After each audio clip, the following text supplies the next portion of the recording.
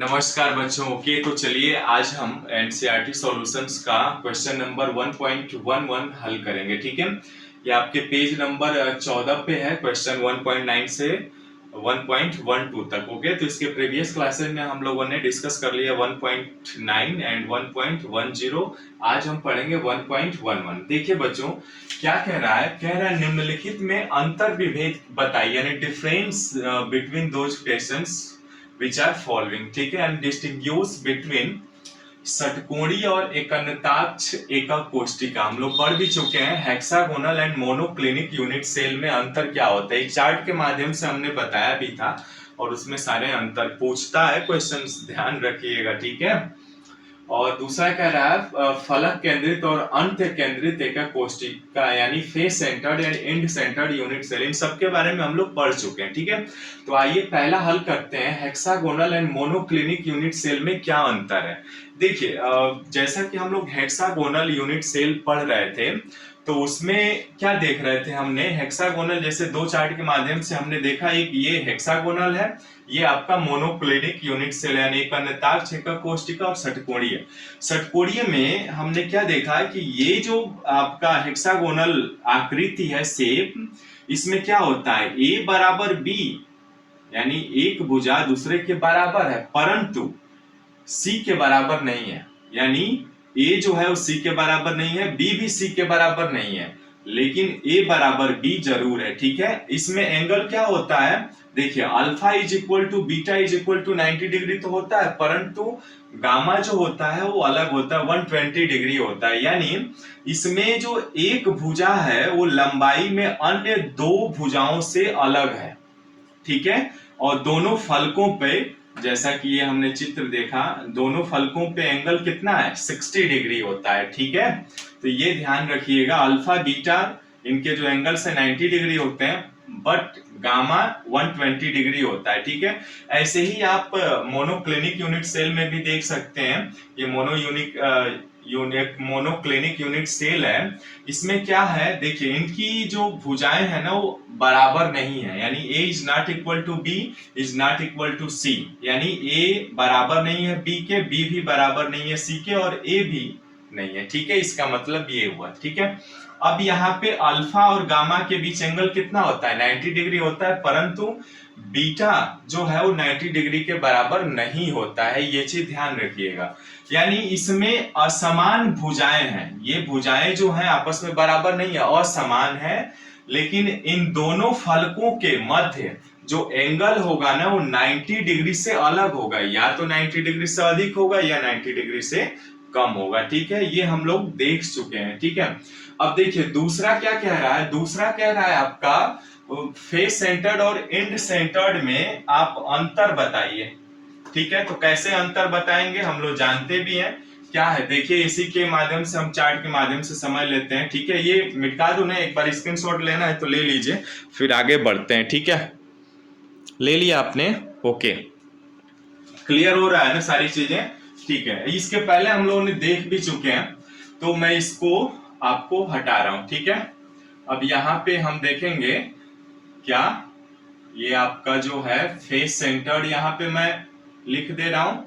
ठीक है, दूसरा जो है वो अंतर देखेंगे हम, इसको भी रब कर रहा हूं। अब दूसरा अंतर देख लेते हैं, क्या है आपका फेस सेंटर्ड और एंड सेंटर्ड यूनिट सेल।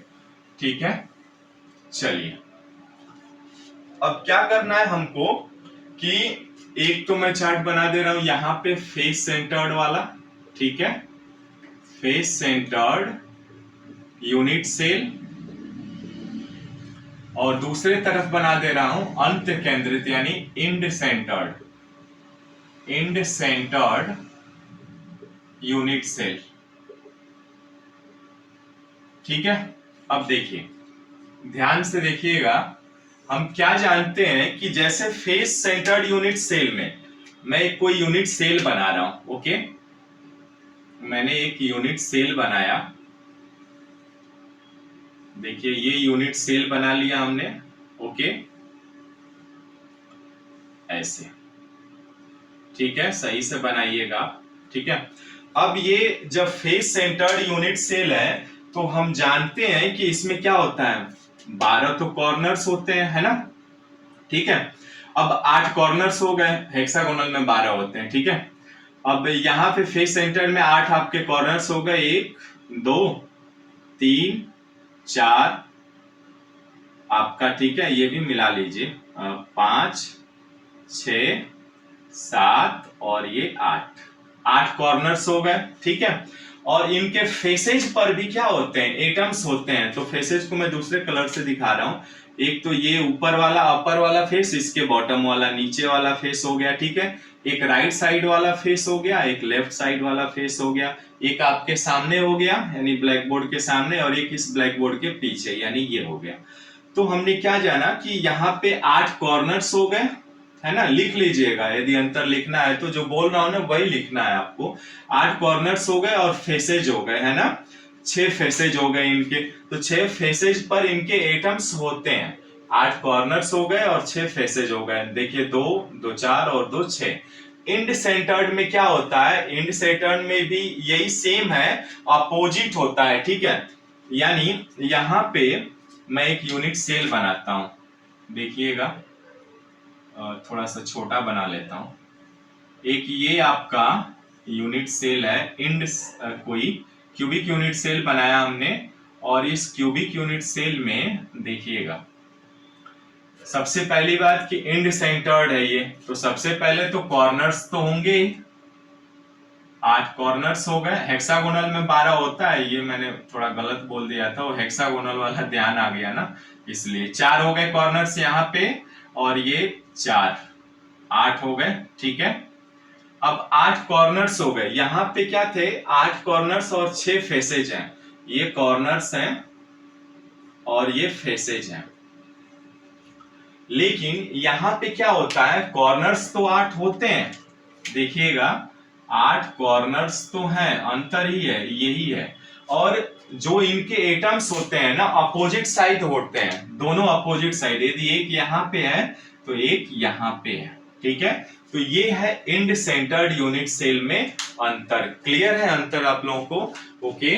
तो फेस सेंटर्ड यूनिट सेल ये इस प्रकार होता है, इंड सेंटर्ड यूनिट सेल इस प्रकार होता है। तो हमसे बोला था ये क्वेश्चंस कि निम्न में अंतर बताइए, यानी distinguish between hexagonal and monoclinic unit cell, and after that second one is face centred and end centred unit cell. Okay. तो इन दोनों में अंतर हमने देखा कि फेस सेंटर्ड जब बनाएंगे आप तो कॉर्नर्स सेम, सिंपल एक क्यूबिक यूनिट सेल लेना है, यानी इसमें 8 कॉर्नर्स और 6 फेसेज पे होते हैं। इसमें भी कॉर्नर्स पर तो होंगे ही, आपके ये दोनों अपोजिट साइड होते हैं, ठीक है। 8 कॉर्नर्स हो गए। तो इस तरह से दोनों जो विपरीत फलकों के केंद्रों पर स्थित होंगे, ठीक है। तो इस तरह से आपका ये क्वेश्चन कंप्लीट होता है। लिख लीजिए, स्क्रीनशॉट लेना है ले लीजिए, ठीक है। फिर आगे बढ़ते हैं, अगला क्वेश्चंस करते हैं, ठीक है। तो ओके गाइस, मिलते हैं फिर नेक्स्ट वीडियो में। और हाँ, सब्सक्राइब, लाइक और शेयर जरूर कर लीजिएगा। ओके, कुछ सीखने को मिल रहा है तो। Okay, bye bye, thanks a lot.